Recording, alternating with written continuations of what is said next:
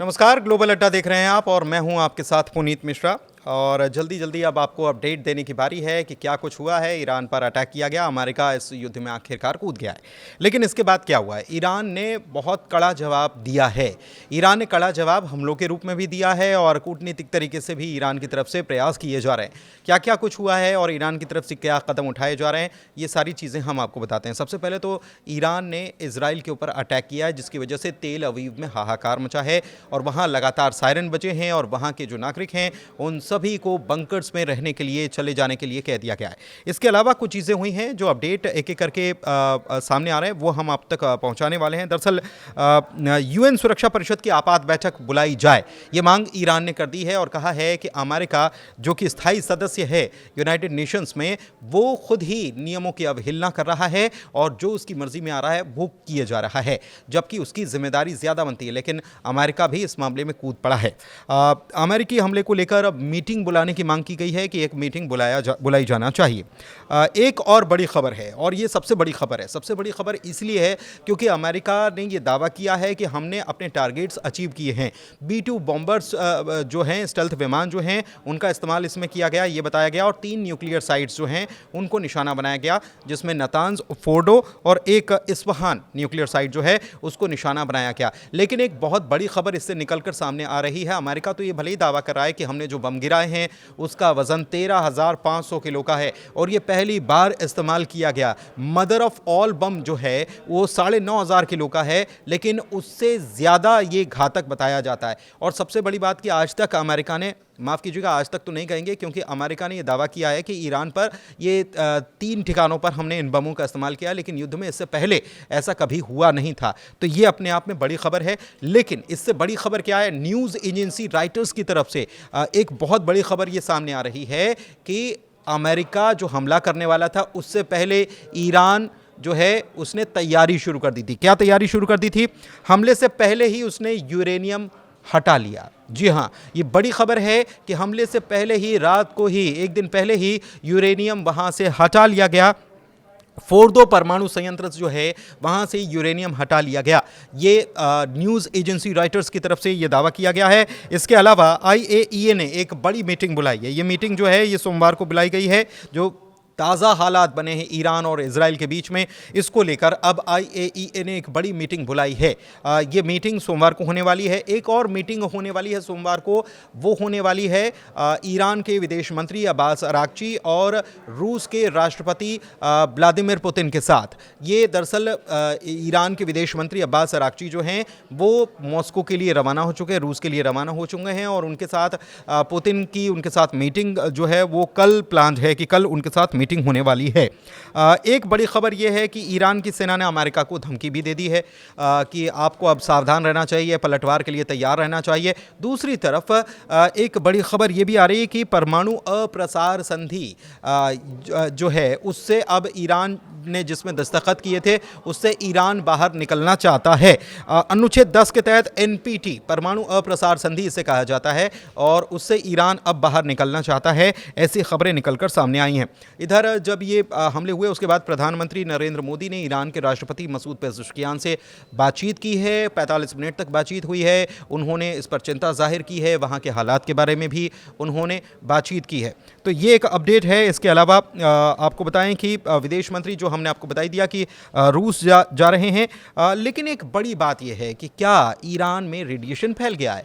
ऐसी कोई खबर अभी तक सामने नहीं आई, ऐसी कोई रिपोर्ट सामने नहीं आई है कि अमेरिका ने जो हमले किए, जाहिर सी बात है कि परमाणु बेस पर अगर हमला किया जाएगा तो वहाँ से रेडिएशन निकलेगा। अमेरिका कह रहा है कि हमने लक्ष्य हासिल कर लिए, लेकिन अभी तक ऐसी कोई खबर निकलकर सामने नहीं आई। अलबत्ता ये खबर ज़रूर और ये दावा ज़रूर ईरान की तरफ से किया जा रहा है कि हमारे जो परमाणु संयंत्र पूरी तरह से सुरक्षित हैं, हमको कोई नुकसान नहीं हुआ है। तो ये अपने आप में बहुत बड़ी खबर है। और इससे पहले अगर राइटर्स की खबर की बात की जाए तो राइटर्स ने कहा है कि उन्होंने वहाँ से पहले ही जो परमाणु या यूरेनियम जो है मटेरियल, उसको वहाँ से हटा लिया था। ईरान और इजराइल के युद्ध का 10वां दिन, ये तो आपको मालूम है कि लगातार 10 दिन से कॉन्फ्लिक्ट चल रहा है, लेकिन इसमें अमेरिका कूदा। ईरान ने 20वां हमला किया है और 20वें हमले में एक खैबर शेकन के नाम से एक मिसाइल है, उसका इस्तेमाल किया गया। पहली बार ईरान ने ये खैबर शेकन नाम की ये मिसाइल जो है ये इजराइल के ऊपर लॉन्च की है और ये अपने आप में बड़ी घातक मिसाइल मानी जाती है। इससे पहले भी हमने देखा कि ईरान लगातार हमले कर रहा है और जो खूंखार या घातक हथियार जो हैं उसने ईरान ने अब निकाल दिए हैं। ईरान ने यह भी कहा है कि अब अगर चीज़ें नहीं सुधरती हैं और दुनिया इसमें नहीं जागती है, चेतती नहीं है, जो हालात बने हैं और अमेरिका ने जो किया है, अगर उसके बावजूद दुनिया जो सोती रहती है तो उसके परिणाम जो है वो बहुत गंभीर भुगतेगी दुनिया। ये चेतावनी उन्होंने चेताया है, समझाया है, पूरी दुनिया को एक मैसेज देने की कोशिश की है। ईरान ने आज भी इजराइल पर 40 मिसाइलें दागी हैं और तेल अवीव में लगातार सायरन की आवाज़ें सुनाई दे रही हैं। ईरान ने यह भी कहा है कि हमारी परमाणु तकनीक नष्ट नहीं होगी। 3 ठिकानों को अमेरिका ने टारगेट किया था, फोर्डो, नतांज और इस्फहान, इस पर हमला किया था और ईरान के ठिकाने तबाह होने का दावा था। अमेरिका भी एंट्री ले चुका है, लेकिन अब ये दावा जो है ईरान इससे सीधे इनकार कर रहा है कि कोई नुकसान नहीं हुआ है और हमारे परमाणु संयंत्र पूरी तरह से सुरक्षित हैं। तो आप समझिए कि कितनी गहराई में ये बनाए गए। अगर ईरान के दावे की बात करें तो ये अगर सही होता है ईरान का दावा, तो आप इससे समझिए कि कितनी गहराई में है। जो अमेरिका कहता है कि हम 200 मीटर तक जो है वो इसको टारगेट कर सकते हैं, तो वो ऐसा नहीं हो पाया है, उससे नीचे भी है, ये ऐसा माना जा रहा है।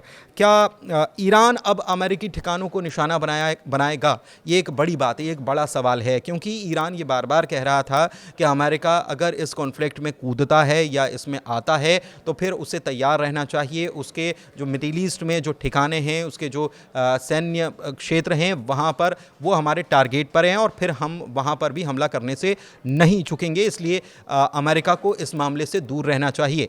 अमेरिका खुद ये कह रहा था कि अभी हम 2 हफ्तों तक चीज़ों को देखेंगे और इसके बीच में हम ये डिसाइड करेंगे, तय करेंगे कि इस मामले में हमको एंटर लेना है कि नहीं लेना है। ये डोनाल्ड ट्रंप की तरफ से कल ही बयान आया था, लेकिन सोचिए कि डोनाल्ड ट्रंप कहते कुछ हैं और करते कुछ हैं। उनके दिमाग में चीज़ें कुछ और चल रही होती हैं, क्योंकि डोनाल्ड ट्रंप, इससे पहले भी आपको बताएं कि खबर यही निकल कर सामने आई थी।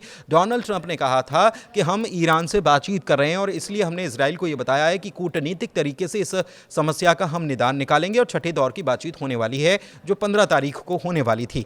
लेकिन हैरानी की बात यह है कि उसके मीटिंग होने के 2 दिन पहले ही इजराइल इस मामले में हमला कर देता है ईरान के ऊपर और वहां पर लगातार अटैक किए जाते हैं। लेकिन यह बात भी सच है कि अमेरिका की मदद क्यों इजराइल को लेनी पड़ी। इस बात को ऐसे समझिए कि इजराइल के पास वो क्षमता ही नहीं है, वो दक्षता ही नहीं है जिससे वो ईरान के इन साइट्स को टारगेट कर पाए, और इसके लिए उसको अमेरिका का साथ लेना बहुत ज़रूरी था। ये बात तो पहले से हम लगातार कहते हुए नजर आ रहे थे।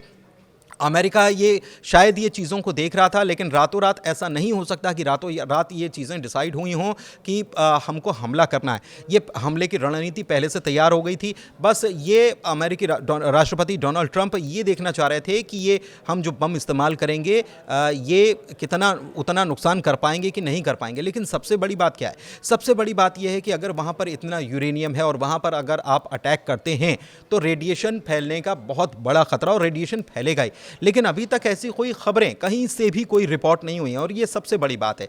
ये सबसे बड़ी बात इसलिए भी है क्योंकि ईरान की तरफ से ये दावा भी किया जा रहा है कि हमको कोई नुकसान नहीं हुआ है। एक चीज़ और है कि ट्रंप खामनेई को फिर से चेतावनी दे रहे हैं, ट्रंप खामनेई को फिर से धमकी दे रहे हैं, ट्रंप खामनेई को कह रहे हैं कि आपको सुधर जाना चाहिए। और ट्रंप की तरफ से अब ये कहा जा रहा है कि अब ये स्थायी शांति के लिए हमको आगे बढ़ना चाहिए। जब इतने बम दाग दिए, अमेरिका इस मामले में कूद पड़ा, तब अमेरिका कह रहा है कि अब हमको स्थायी शांति की तरफ बढ़ना चाहिए। सबसे बड़ी बात यह है कि इजराइल के प्रधानमंत्री बेंयामिन नेतन्याहू की तरफ से क्या बयान दिया गया?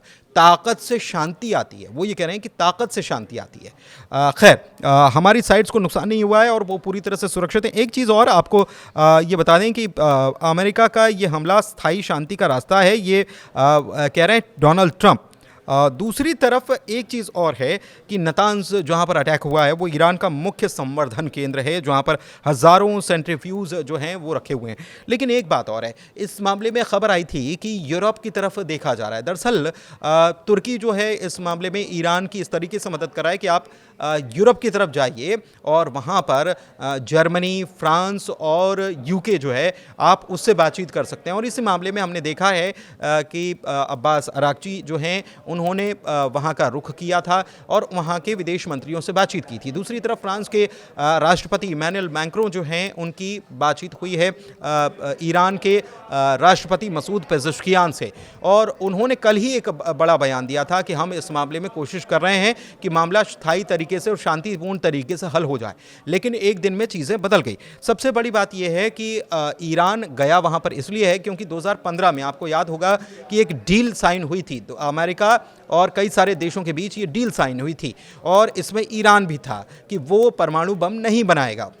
लेकिन इजराइल की तरफ से उसके कुछ रिपोर्ट्स पेश की जाती हैं डोनाल्ड ट्रंप के सामने। डोनाल्ड ट्रंप जब 2018 में राष्ट्रपति पद का वो पद को संभालते हैं तो उनके सामने कुछ रिपोर्ट पेश की जाती हैं और बार बार, जो कि 30 सालों से इजराइल ये दावा करता आया है कि ईरान परमाणु बम बनाने जा रहा है। इजराइल ने फिर से दावा किया और कुछ रिपोर्ट बताई और ट्रंप ने उस पर भरोसा करते हुए 2018 में इस डील को खुद ही तोड़ दिया था।